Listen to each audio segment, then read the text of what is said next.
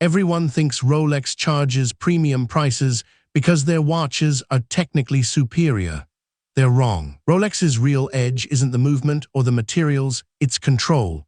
The company manufactures roughly 1 million watches annually, a number they've held remarkably steady for decades.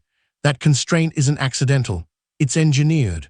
While competitors flood the market, Rolex deliberately keeps supply below demand, creating waiting lists that stretch years in some models. This gap between what people want and what's available becomes the psychological foundation of their entire pricing strategy. The mathematics are straightforward.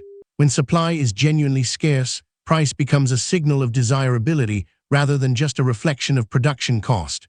A steel submariner costs roughly $5,000 to $7,000 new. The steel itself, the labor, the precision, those might justify $2,000 or $3,000, but the waiting list justifies the rest. Rolex understood something fundamental.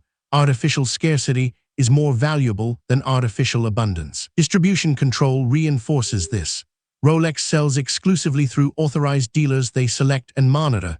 They don't sell directly online. They don't discount.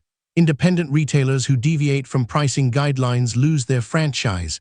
This vertical control means the brand controls not just production, but the entire customer experience and narrative around their watches.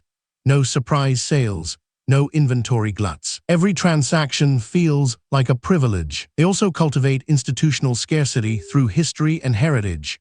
Rolex associates their watches with exploration, precision, and status. The first watch on Everest, the preferred watch of military divers.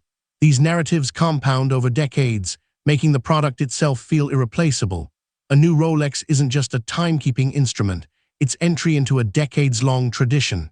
That narrative premium is worth thousands per unit. The secondary market amplifies their strategy. Because new Rolexes are hard to obtain, pre-owned models often sell above retail. This creates a self-reinforcing cycle. Scarcity in the new market drives secondary prices higher, which makes new retail prices feel more justified, which deepens demand. Rolex doesn't need to drop prices to move inventory. The market does that work for them. Competitors have tried to replicate this model. They can't. Scarcity only works if it's real and if the brand has decades of credibility behind it. You can't manufacture artificial scarcity overnight. Rolex's advantage isn't a single decision. It's the compounding effect of controlled production, distribution discipline, heritage narrative, and consistent brand positioning across nearly a century. That's the system. What matters here is the principle. Luxury isn't determined by production cost or technical specs alone. It's determined by the psychology of access. When something is genuinely difficult to obtain, the price becomes secondary to the achievement of ownership. Rolex didn't invent this idea, but they've perfected its execution. Every constraint they maintain serves one purpose, making their watches feel like something you earn, not something you simply buy. This video is for educational and informational purposes only and is not financial advice.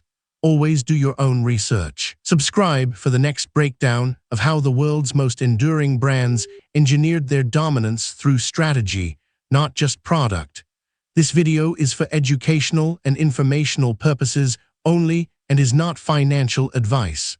Always do your own research.